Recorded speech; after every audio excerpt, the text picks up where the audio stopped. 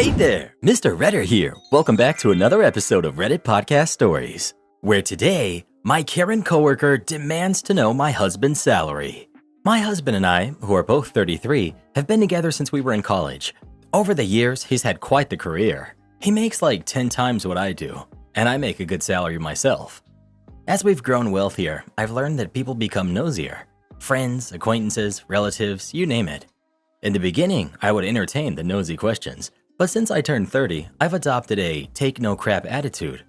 When people ask me how much he makes, I no longer say anything. I've learned the hard way that giving an exact number can have bad consequences. My coworker, who's 25, she's new, and she already has quite the reputation.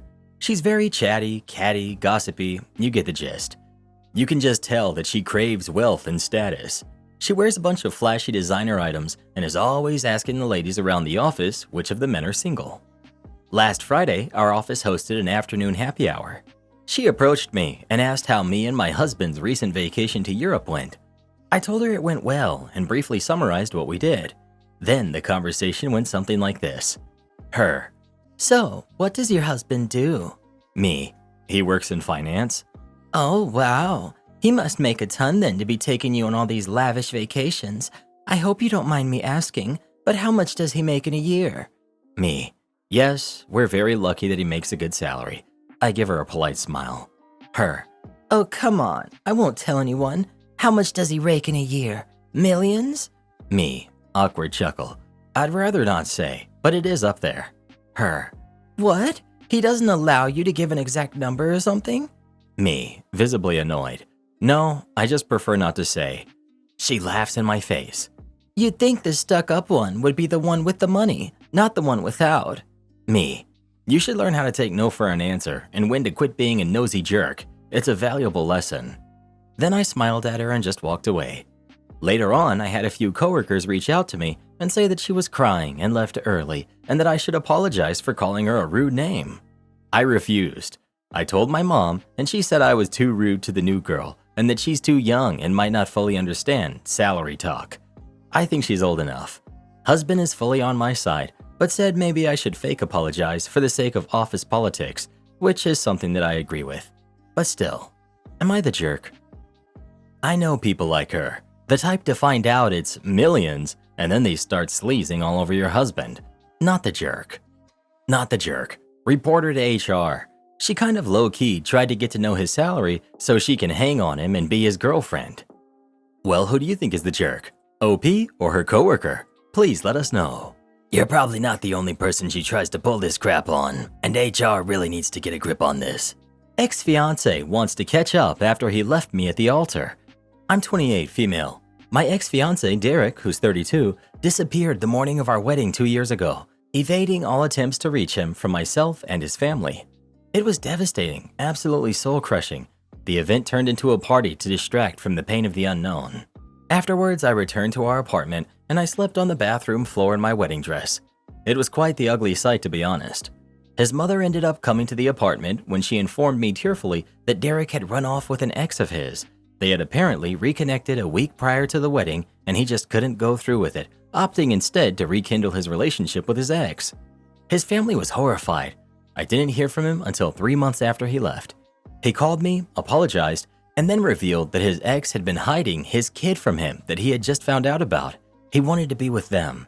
That's pretty much all that was said. I didn't say much. Actually, I think I only said hello. The whole situation left me numb. I just didn't care anymore. Thankfully though, my friends were and continue to be there for me. Through all of this, they've encouraged me to seek therapy and work on healing, which I'll be honest, was difficult. But after a year, I felt myself again. Which brings me to today.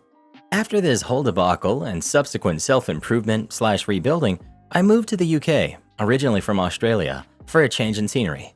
Last night, I got a message request on Instagram. It was Derek. "Hey, I've heard you moved to Wales. That's so cool. I'm traveling to Cardiff towards the end of July. I'm deeply sorry about everything, and I want to discuss what happened leading up to the wedding. I hope I'm not overwhelming you. Let me know if you'd like to talk over lunch." Firstly, no idea who told him about my move. Secondly, I don't know if I crave closure from him, but I also don't want to decide to decline to only later on regret my decision. So I turned to you strangers of the internet. What should I think about before reaching a decision? Would it be wise to decline, or should I humor him and listen to his reasons? I learned that an old mutual friend of ours revealed where I moved, and evidently, he's been stressing that he needs to tell me something. For the time being, I've decided to simply ignore his message and work through any emerging feelings with my therapist. Update. So, as I mentioned previously, I did not respond to his message. A day after, however, I received another message from him, which I won't write out in its entirety. To sum it up for you all though, he apologized for how disingenuous his initial message was and explained why he'd reached out to me. Essentially, he wanted to discuss that week, that final week before our wedding and the events that led up to him dipping out. Now, I will refrain from entirely delving into my ex and I's past, but my ex-fiance was diagnosed with PTSD and avoidant attributions from past experiences. His diagnosis did provide quite a bit of clarity looking back at our relationship and his past behavior, so I truly feel for him in his journey of self-healing. However, despite his struggles, I still told him that I couldn't forgive him for what he had put me through. He said he understood. Now, some of you will be quite mad with me, but I ultimately agreed to meet him for lunch, and I do not regret it. He's not with his ex. Actually, she passed 6 months after he left me at the altar, which is part of the reason why she reached out to him in the first place. Since then, he's been working on himself through therapy and navigating single fatherhood. Yes, the baby was his. The lunch wasn't too long, but it was all around cathartic on both sides. At the end of the lunch, he handed me an envelope which contained all the money we spent preparing for the wedding. Honestly, I was dumbfounded. It wasn't a gesture I was expecting on his behalf, and I think he was taken aback when I returned the ring he gave me. I held on to the ring just in case I needed to sell it if my finances continued to be unstable, but I never had to. Ironic that in the end, I did receive money while seemingly trading that ring. He looks better, and not to toot my horn, but I feel I do as well. Now that chapter has concluded, and I no longer feel rage or remorse. I feel free. I feared that I might have harbored feelings for him, but I have since found that I loved him for the man he was in that moment when we were together. And though we're now apart, I'm okay with looking back and acknowledging the love I had for him. I've closed that chapter now. Thank you all so much. Any advice on what I should spend the money on?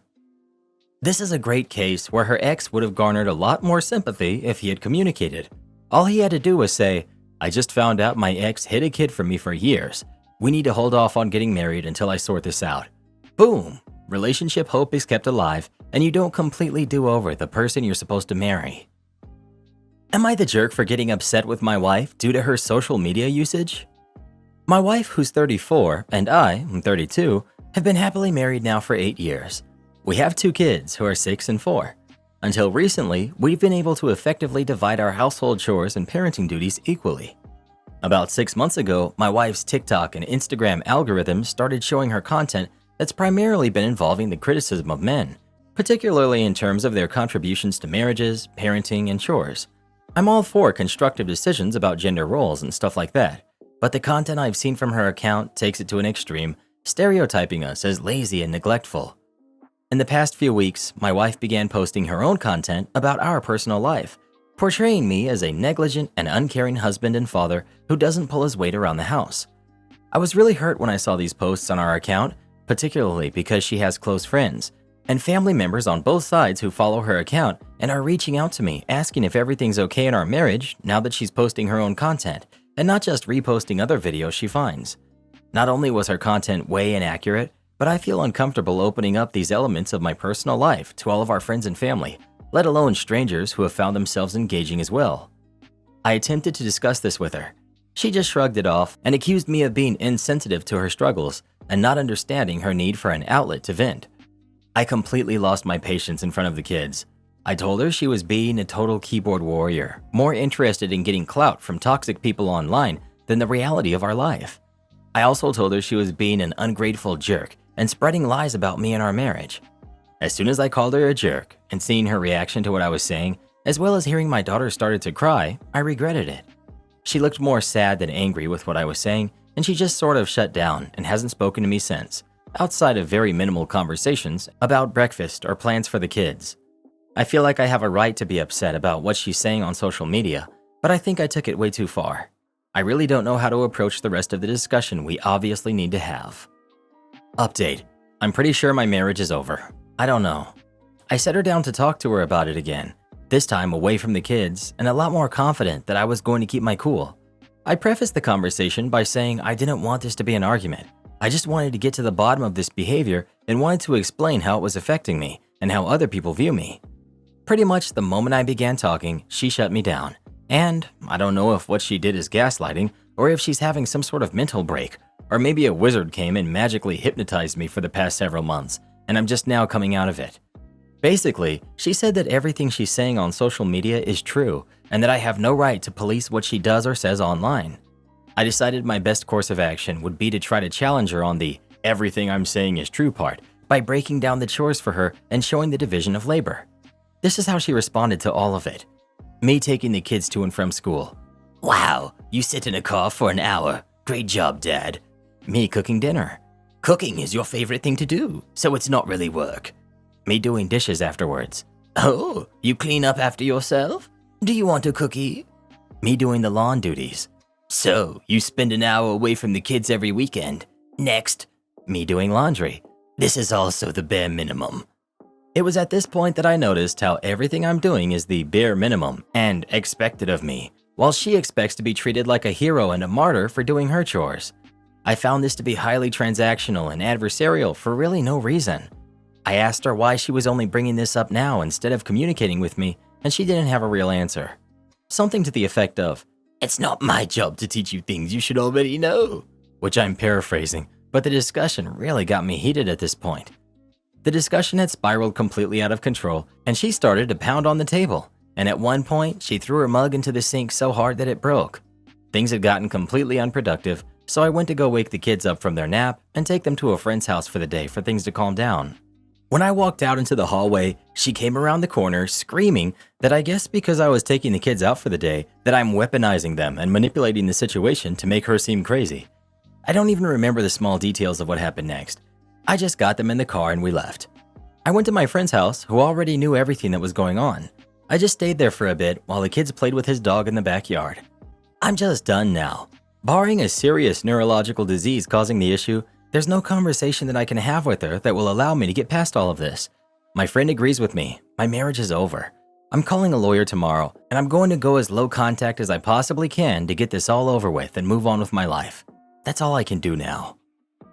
My brother-in-law tried to get me fired, so I ruined his wedding photos. This actually happened about 4 years ago.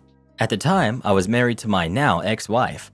Her sister, Alice, was getting married to Roger, but let's backtrack a bit so I can set the scene. I've had a storied past with Roger, and we did not care for each other in the least. To put it mildly, he's a compulsive liar, a mooch, and a cheat. He had pretty much alienated Alice from most of her friends and family. He and I had a falling out over all of this, where I called him out on his BS. In revenge, he said a lot of really horrible lies about me to the family, and has done his best to try and get me fired from my job, as well as some other things that I can't discuss.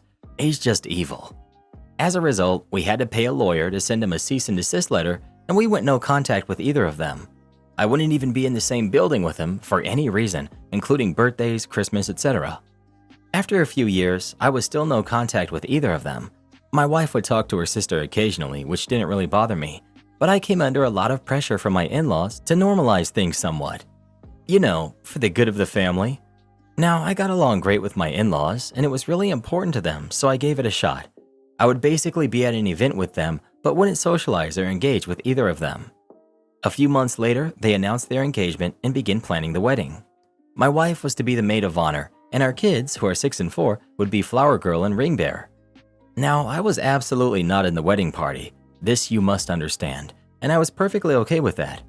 As the wedding continues, I get word that Roger would like to buy me a suit as his way of making amends, and so I wouldn't have to pack a suit of my own. I had plenty of suits, so this was a really odd request, but he comes from some money and said that it was his way of trying to make amends for everything he's put me through. Whatever, fine, I'll go along. I sent my measurements over along with my son's for the wedding planner. The wedding was in a different state, so I wouldn't be able to see the suit until we picked it up a day before the wedding. This concerned me, along with his insistence that I wouldn't have to bring a suit, so I packed my own suit as well. A nice charcoal gray two-piece with a white shirt and a blue tie. We fly into the state, check into our hotel, and I head to pick up the suits along with my son and father-in-law, also not in the wedding party, but also getting a suit. Turns out Roger hadn't bought us suits, but had actually rented us the same cream-colored tuxedos as his side of the wedding party, basically trying to dress us up like the groomsmen despite not being in the wedding. I immediately saw why he didn't want me to pack a suit and had a good laugh at it, but said nothing and let him think he got one over on me. My wife also found this quite hilarious, and there we formulated our plan. The day of the wedding, everyone got dolled up in their wedding kits, champagne dresses and cream tuxedos, and me in my charcoal gray suit. When Roger saw me, he was cordial but looked a bit irked. I found out through the grapevine he was absolutely livid I didn't wear the tux, which frankly made my day. Now for the absolute best part, and cue the petty revenge. The pictures. Because I was close family, I was included in a lot of pictures by default, but my wife, bless her heart, made a point of pulling me into almost every picture she was able to. When the pictures came back, it was amazing. In at least 60% of the pictures, I was in there somewhere and stood out like a sore thumb. 8 to 10 people, all dressed the same in cream and white, and me in my almost black suit. Alice was so beyond upset, she had a near meltdown and insisted that everyone get together to retake the pictures right away, which of course didn't happen as this was 3 months after the wedding. So yeah, enjoy your wedding album with its almost perfect color scheme and coordination. Am I the jerk for telling my wife that I would be perfectly capable of doing what she does? I, 30 male, have a wife who's also 30, and we have a daughter who's 7. I work in finance, and my wife is a stay-at-home mom as I earn sufficient for the both of us. My wife is a great stay-at-home mom and takes great care of our house. I was lucky to buy a home as I earn well in a medium cost of living city. I love my wife, but she finds it humorous to say that I'm incapable of doing household tasks. We had agreed that she would do them when we decided she would be a stay-at-home mom, but I do stuff occasionally when we're both home if she asks me to. But then if I, say, load the dishwasher for her, she will claim I did it wrong just because I do it differently than she does. It still cleans well. The other day we were eating, and she told me about her day and how she went grocery shopping and optimized the cost by buying specific items at specific stores and accounting for the cost of traveling to each store, and she made an offhanded remark that I would never be able to do that and said it in a "what would you ever do without me" kind of way. I replied back saying that of course I could do it. I handle complex decisions and calculations at my work as I work in finance, and that I have a master's degree and what I do involves more intellect than household operations. Even though I acknowledged and appreciated what she does, I would be capable if the roles were reversed. She got angry and seemed to think I was calling her stupid when I wasn't, and then cried, and now I feel like I'm the jerk. She said she was a very good student, and had she graduated, she would be in my position as well. My wife and I met in college, but she was an international student studying physics and computer science, and she had issues with her loan from her home country and could not afford to complete it, and we got married then so she could stay. Initially, she wanted to complete it later after finding the funds, but she agreed to be a stay-at-home mom when I got a good job, and I appreciate that a lot as we were able to have a kid early on, even while I was both completing my master's and working full-time. You're the jerk. Your wife is a very smart woman who probably prepared her whole life for a challenging technical career, and now for better or worse, she's a stay-at-home mom with no degree or a paying job. It's clear that you are proud of your intellectual capabilities and the complex task that you tackle at work. It is part of your identity and your ego. Your wife has none of that, even though that's what she wanted. What little source of pride she has, her household tasks, her own spouse diminishes and minimizes. How would that make you feel if you were in her shoes? Would you consider supporting your wife to finish her degree? Female employee is eating meals alone with my husband and is avoiding me. Treats me coldly, is super sweet to my husband. My husband, who's 55, and I, female 55, have been married for 29 years. We own a business that's run by a manager, female 58, who lives nearby and has been with us for 2 years. As owners of this business, my husband and I are on site together, and sometimes my husband is there alone, and sometimes I'm there alone. This business is 5 hours away from where we live. It's hospitality, so we have to be there during high season to help out, but not always. I usually stay home to take care of our kids while my husband commutes back and forth. Our manager, I'll call her Sue, is great at her job and we both get along with her well. It's a very professional relationship.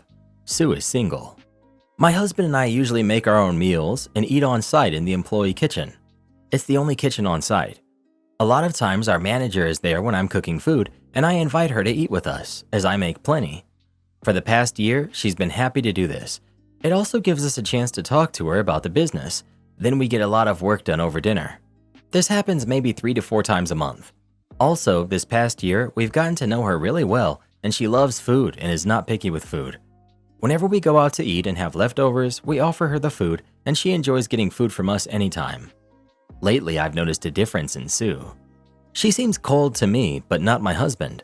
I thought maybe I was imagining it, but 3 months ago I was making food and invited her to eat with us. She declined, saying she didn't want to eat all of our food and that she had brought her lunch and she preferred to eat on the go while working. I told her no problem and that was that. I asked her again when we ordered pizza the next day. It's her favorite, and she declined. Oh well, no problem. A couple of days later, I tried to include her and she declined, saying she wasn't hungry.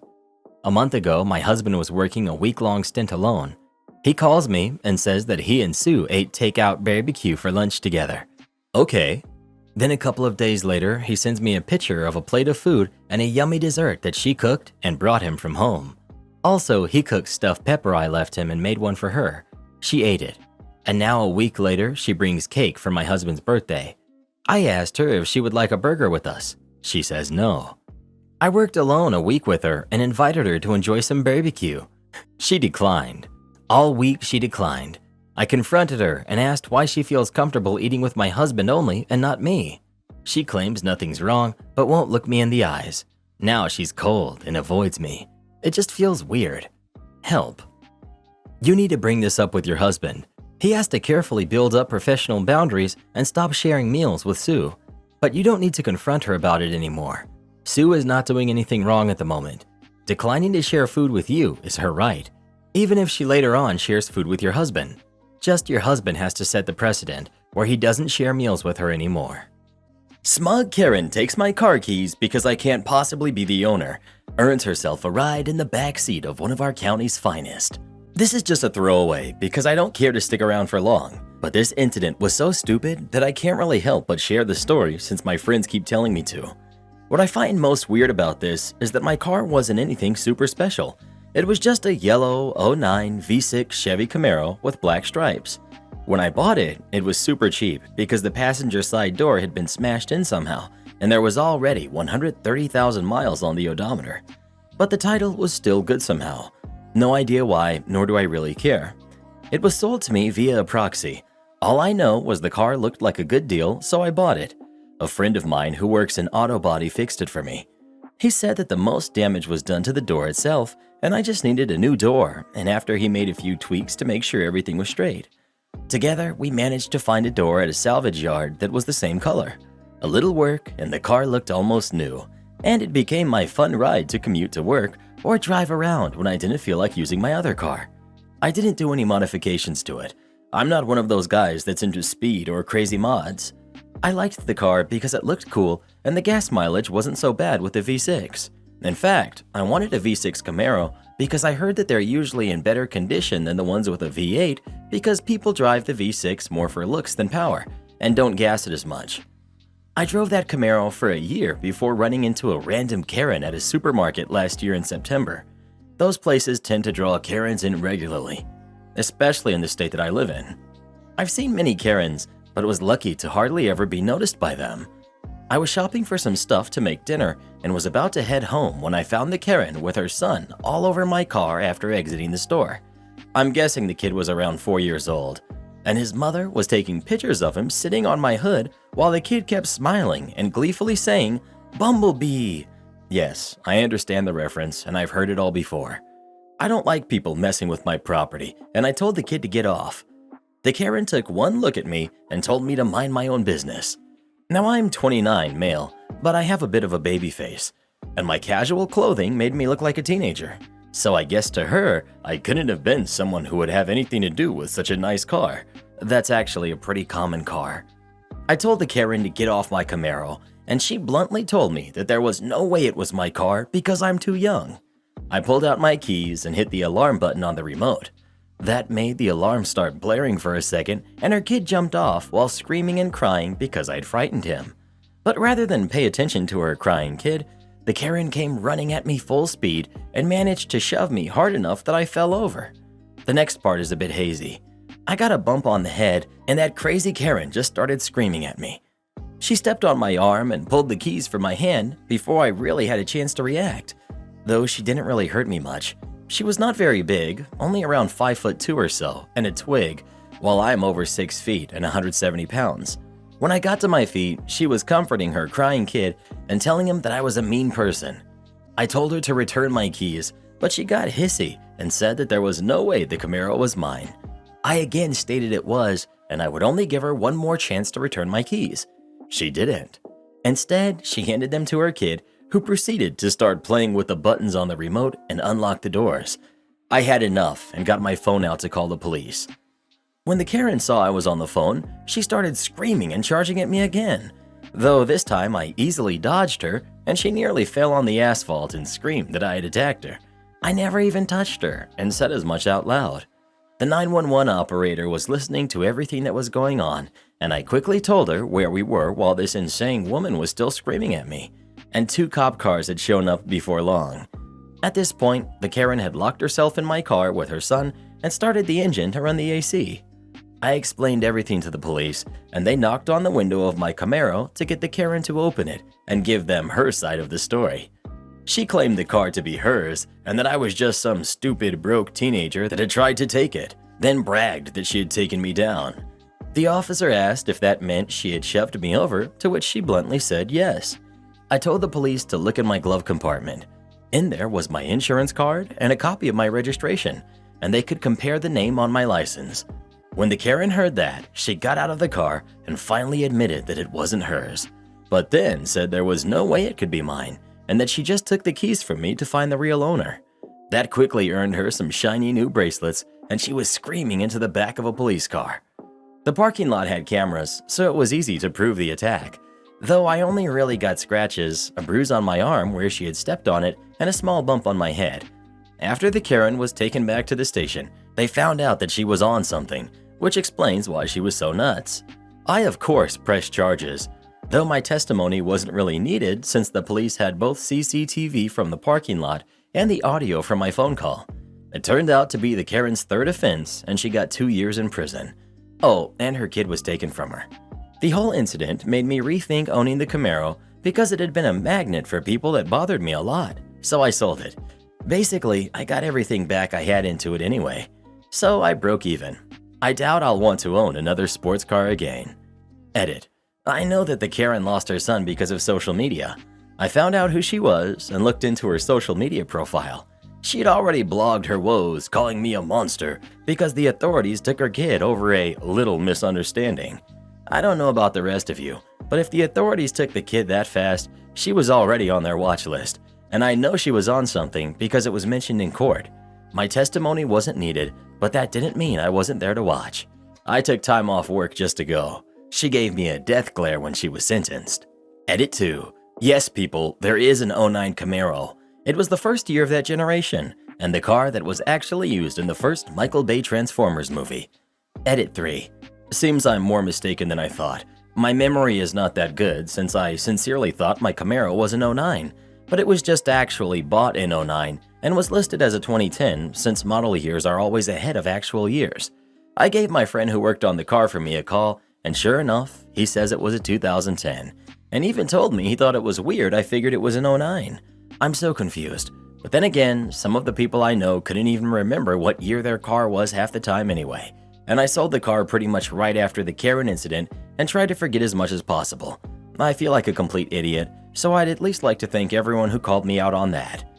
I would also like to address one more thing.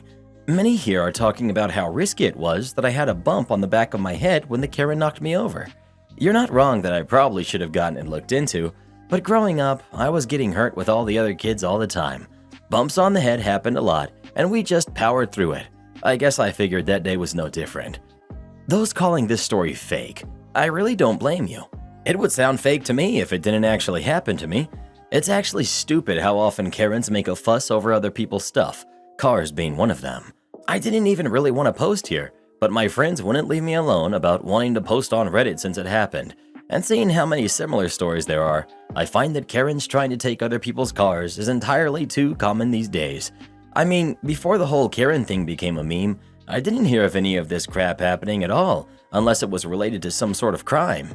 It's almost like now that the internet has exposed them, Karens have just decided they didn't need to hide what they are anymore. Either way, I hope this sort of situation never repeats with me because it was enough. Speaking of cars, if you could have any car in the world, which would you choose? Please let us know. How about a green 98 Saturn with windows that don't roll down? Don't hate the player, hate the game. Am I the jerk for giving the family heirloom to my fiance instead of my daughter? I, 36 male, have a 16-year-old daughter named Jane. Jane is a great kid and was really close to her mom until she passed a year ago. My mother gave one piece of her jewelry to her kids before she passed. I was given her engagement ring. I've been planning a proposal to my girlfriend, Laura, who's 30, for about 6 months now. Jane is from my previous relationship. Her mother and I were never married. I've been dating Laura for about 5 years. I told Jane I was going to propose. She was happy about it and asked to see the ring. I told her I'd be using my mother's ring, and Jane looked upset, so I asked her what was wrong. She said she had assumed the ring would be hers since she's my daughter. I explained the ring was given to me and there are other heirlooms, small items like rosary beads that she can have. For clarification, I do have the money to buy a ring, but the sentimental value of this ring is why I wanted to use it. Laura also helped us take care of our mom while she was sick and they were close. I proposed to Laura with the ring and she said yes. After this happened, Jane cried to her uncle, my brother, about it, and he understands both points. His wife thinks I'm the jerk, so do some other family members. I obviously can't take it back from Laura when I've already proposed. Am I the jerk? Edit. The ring was given to me, not Jane. Laura has known my mother her whole life. Our mothers are best friends and have been hinting we should get married as long as I can remember. Update. My daughter and brother decided to call my father to come to my house and talk to me. Laura was out to dinner with her friends. My daughter and brother explained to my father their thoughts on the situation. I stayed quiet while they explained their point so my father could really hear what my daughter was saying and so I could also hear her out. My father is a Marine veteran and very blunt. My father stopped them and said he's heard enough. He said my mother would have wanted Laura to have the ring and Jane isn't showing the maturity to receive an heirloom right now. He told her he's disappointed in her entitlement and that she needed to get her attitude in check by his next visit. He also reminded everyone Laura's been family for years, even before we were together, even if it's not by blood. My daughter said yes sir and isn't happy about the outcome, but accepts my father's saying this is what my mother wanted. After reading all of your comments, you're the jerk. Of course, you can speak to your fiance and tell her that you hurt your kid's feelings and made a mistake. You communicate with her and buy her a new ring. Before reading your comments, I was like, not the jerk. Your daughter's feelings are valid. It's a family heirloom. But you are correct too. It's your ring. Your fiance was close to your mother. But your comments made it clear that you're the jerk. He's trying to justify his actions because OP thought he would come on here and everybody would be on his side, only to find out that it seems like 95% of the people here think he's the jerk. I'm actually surprised and glad that people are calling him the jerk. I expected every comment to be like, not the jerk, she's not entitled to it. You're the jerk. The ring should have been Jane's. Find out if Laura would accept an exact duplicate of the ring and exchange that for the heirloom for Jane. Otherwise, I predict you will have a very unhappy daughter who will resent both you and her future stepmother for a long time. If I were Jane, I too would be deeply hurt that a ring that belonged to my grandmother was given to a non-blood relative. If the ring should have been Jane's, then her grandmother should have given it to Jane. But she didn't. She gave Jane something else and gave the ring to her son. Jane isn't entitled to something just because she wants it. You're the jerk. How does a 5-year relationship, mother of an SO, become more important than a 16-year bond with a grandma? Sentimental jewelry is typically passed down from generation to generation, and you basically skipped over your daughter. Doing this soon after your mother's passing makes you an even bigger jerk. There was no reason you couldn't have just bought her a different ring instead of one with sentimental value to your daughter. This decision has certainly injured your relationship with your daughter, perhaps beyond repair, as you've made sure she will resent you and your fiancé. Don't be surprised if in 2 years she moves out on her birthday and goes no contact with you. ETA. Just read your comments about planning to have more kids with your significant other. You have essentially picked your significant other of 5 years over your daughter and plan to have kids that will go on to inherit a piece of jewelry that means so much to your daughter. If you do actually wind up having more kids, don't count on your daughter wanting anything to do with them because she will likely resent them as being the proof you chose a potential family with your significant other over your existing family. Second ETA. OP has clearly been doing some damage control. A few things I would like to clear up for new viewers. OP didn't mention jack about Laura and him growing up together or their moms being best friends until after I made my initial post. The relationship between the significant other and one's kid is completely different than one with the child of a family friend. OP only vaguely mentioned Laura helped care for his mom without giving any other details. Nowhere in his original post or comments did OP say anything about his mom insisting that he proposed to Laura while on her deathbed. OP said his daughter asked him not to propose with her grandmother's engagement ring and he did it anyway. He completely disregarded the feelings of his daughter, even though he could afford to buy Laura an engagement ring without breaking the bank. Legally, OP did have the right to do what he did, but morally, he was a major jerk.